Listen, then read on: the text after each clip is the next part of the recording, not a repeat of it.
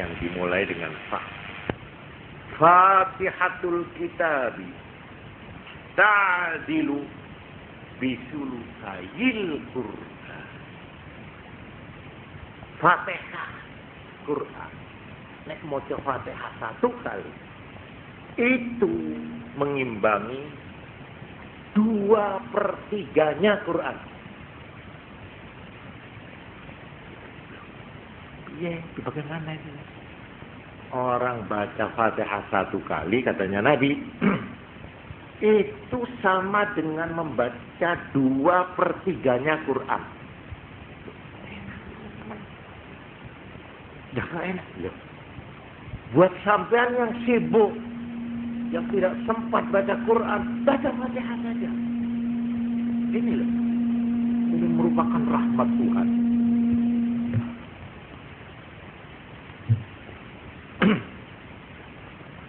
Ini hadis dari Abd bin Humaid an bin Abbas. Dari sahabat Abdullah ibnu Abbas yang mengatakan pahalanya orang membaca Fatihah itu sama dengan pahalanya membaca Quran 2/3-nya. Ini kalau kita lihat sepintas, masuk akal itu ya apa sih? Ya memang. Kalau mau dimasukkan akal, kita harus lihat Fatihah itu apa. Seluruh isi Quran yang 30 juz itu diringkus dalam Fatihah, yang terdiri hanya dari 7 ayat. Jadi 7 ayat ini merupakan preambel. Fatihah itu mukaddimah, pendahuluan, pembukaan dari Quran yang tebal itu. Seluruh isi kandungan Quran itu secara padat sudah dimasukkan di dalam Fatihah yang terdiri dari 7 ayat. Memang ada salah satu segi yang perlu diperhatikan, ya, bahwa Quran itu termasuk mukjizat, artinya sesuatu yang istimewa, ya, yang membuat orang tidak mampu mengimbanginya. Quran itu disebut mukjizat. Mukjizat itu artinya mengalahkan, melemahkan pikiran, akal. Quran itu merupakan tantangan. Siapa yang tidak percaya bahwa Quran ini dari Tuhan, ayo coba bikinlah seperti Quran ini. Nah, ini segi mukjizatnya Quran itu ada 3. Satu dari segi bahasanya, ya, bahasanya. Ini kalau yang tidak ngerti bahasa Arab ya tidak ngerti. Dari segi bahasa, keindahan bahasanya. Kedua, caranya penyusunan redaksinya, ya, apa itu namanya, urutannya, ya, urutannya ayat demi ayat. Nomor 3, padatnya isi. Isinya begitu padat, hampir tidak ada sesuatu yang tidak dimuat di dalam Quran yang ada kepentingannya dengan manusia. Oleh karena itu Quran tidak pernah habis-habis digali orang. Ibarat sumber tidak pernah kering Quran. Mulai sejak zaman Nabi sampai sekarang tetap digali, diselidiki dan tidak pernah kering. Nah, ini mukjizat. Ada lagi mukjizat, yaitu segi spiritualnya, segi kerohaniannya Quran. Dia mempunyai khasiat, punya pengaruh-pengaruh. Ya kalau cara Jawa itu punya khasiat lan malati. Malati apa malati? Pokoknya orang kalau menghina Quran, sekalipun dengan bentuk umpamanya Quran dilingguhi, diuyui, dinyek, dino, wong ku kok nemu blai. Ya mbuh dheke mbuh anake. Mbuh opo ini satu kepercayaan. Ya. Sebaliknya, kalau orang dengan baik membaca Quran, sekalipun tidak ngerti maknanya, dia baca demi ini adalah firman Tuhanku. Katakanlah surat dari Tuhan. Saya ingin ikut membacanya. Atau dia apalagi mengerti itu ya, tidak ngerti pun, itu dianggap ibadah. Segi-segi yang positif dari baca Quran itu ada. Ini di sini mukjizatnya. Kalau tidak, ya sama dengan yang lain, tidak ada apanya, tidak ada artinya apa-apa tuh Quran itu. Kalau tidak ada segi-segi mukjizatnya. Ini pernah ditantang ya. Orang Arab yang sudah tinggi kesusastraannya itu suruh bikin satu surat saja. Itu ternyata sampai sekarang tidak ada yang sanggup yang memenuhi syarat-syarat keindahan, kesusastraan dan kesenian ya, bahasa Arab ini.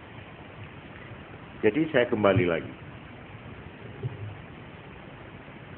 Sabda Nabi ini tentang Fatihah ini saya kebetulan baca kok, saya pikir-pikir ini ya. Ini dari Ibnu Abbas. Ada lagi ini yang mengenai Fatihah ini. Dari Imran bin Husain, seorang sahabat Nabi. Ya, coba dengarkan saja. Saya tirukan nih. Fatihatul Kitabi wa ayatul kursi. Fatihah Quran dan ayat kursi. La yaqra'uhu ma 'abdun. Tidak membaca keduanya abdun, seorang hamba, fi darin, di dalam satu rumah, baca Fatihah dan ayat kursi di rumah, fayusibahum dzalikal yauma, kok rumah itu penduduknya terkena pada hari itu oleh ainu insin au jinnin, oleh gangguan manusia atau jin. Tidak bisa. Itu artinya orang baca Quran dan ayat kursi, ya, Fatihah dan ayat kursi itu mempunyai kekhususan. Itu ditakuti atau menjadi penangkal daripada kekuatan-kekuatan gaib dari setan dan jin. Oleh karena itu ada ini dari Abu Sa'id Al-Khudri, sahabat Nabi. Itu waktu ada orang sakit. Ini zaman Nabi itu, dia keliling. Ya, jalan-jalan sampai di satu desa, kepala desanya itu sakit sudah lama. Tidak ada obat. Nah ini si sahabat Abu Sa'id ini ada dengan teman-temannya. Terus orang yang punya rumah itu putusan, coba-coba barangkali sahabat Nabi itu bisa mengobati gitu. Terus akhirnya disilahkan. Lah ini tidak ngerti apa-apa, dungo orang iso, ini tidak iso, dan memang tidak pernah jadi katakanlah dukun, itu tidak pernah. Tukang suwo ya tidak. Cuma dia ingat pada waktu dia disuruh maju, ini sampean mau, sebab yang paling tua itu di antara rombongan itu. Akhirnya dia lalu ingat, iya, Nabi itu pernah satu kali bersabda, Al-Fatihatu lima quri'at lah. Fatihah itu tergantung niatnya untuk apa. Menurut saja ali tak waca no Fatihah. Akhirnya dibacakan Fatihah 3 kali. Dengan menaruh percaya pada sabda Nabi bahwa Fatihah itu berguna untuk apa saja yang dibaca untuk itu. Akhirnya setelah dibaca 3 kali, orangnya itu kok sembuh. Nah ini dalam hadis yang saya baca ini. Jadi Fatihah itu sampai Kanjeng Nabi malah di sini saya menemukan di sini, yaitu dari sahabat Abu Sa'id Al-Khudri ceritanya ini. Fatihatul kitabi syifa'um minas summi. Fatihah Quran itu penyembuhan dari racun. Ini sabda. Ada lagi Fatihatul kitabi syifa'um min kulli da'. Fatihah Quran itu penyembuhan dari segala macam penyakit, baik penyakit hati, yaitu hati kaku, hati cenderung kejahatan dan sebagainya, maupun penyakit secara zahir. Hal-hal yang begini ini memang kadang-kadang sukar dicernakan oleh kita yang sudah berpikir secara ilmiah atau secara wissenschaftlich, secara ilmu pengetahuan. Tetapi hadis semacam ini banyak.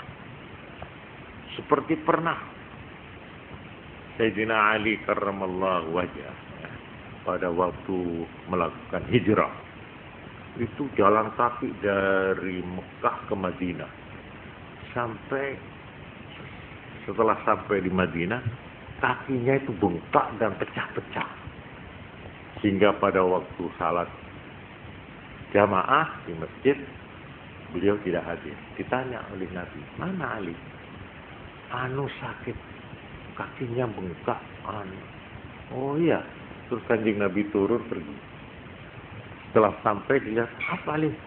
Ini kaki saya. Nabi habis jalan. Dalam hadis itu disebutkan, terus dipegang kakinya. Nabi terus entah baca apa yang dibaca, terus disebul ke tangannya. Terus dipres.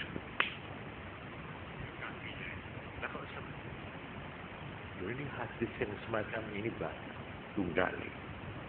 Tapi ini bukan propaganda untuk menyaingi dokter, bukan.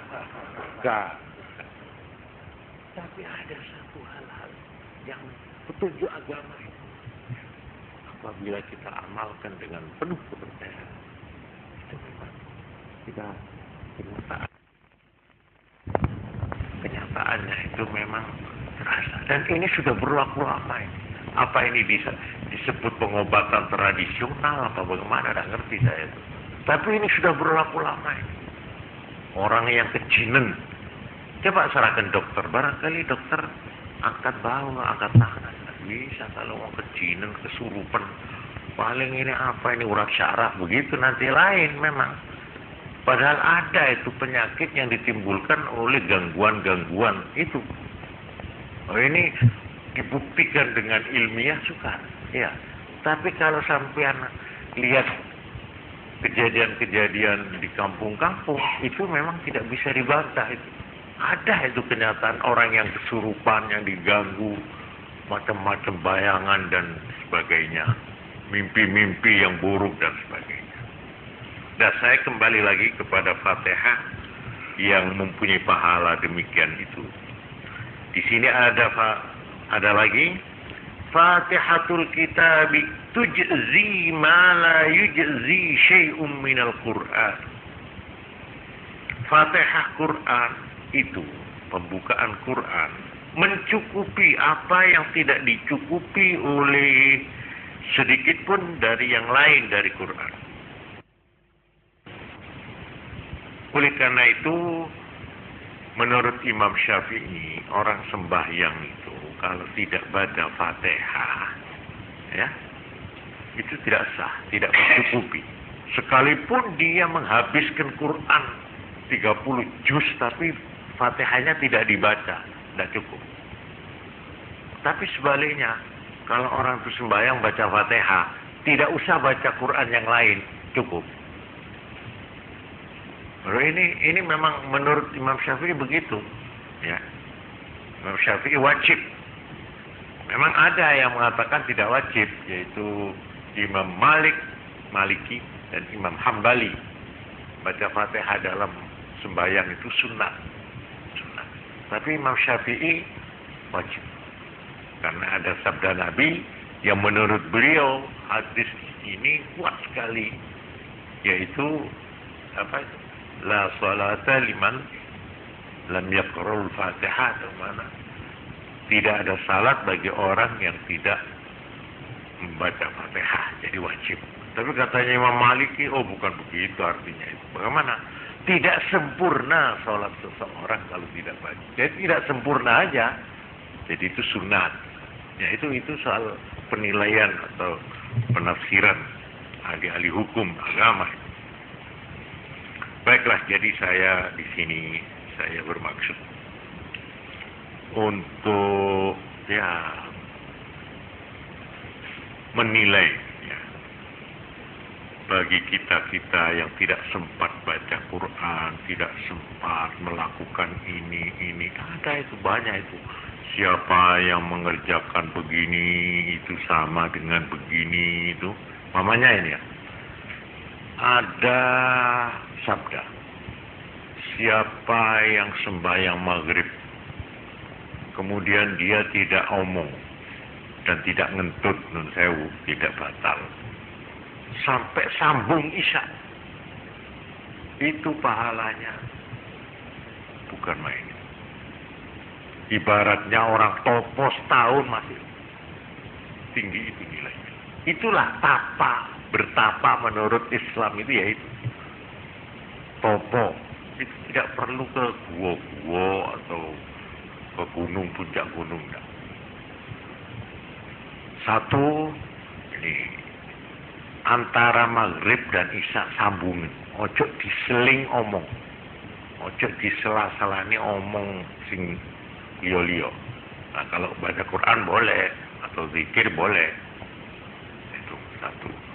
Dua, nek bar salat subuh, ojo omong, ojo batal nganti terbit matahari.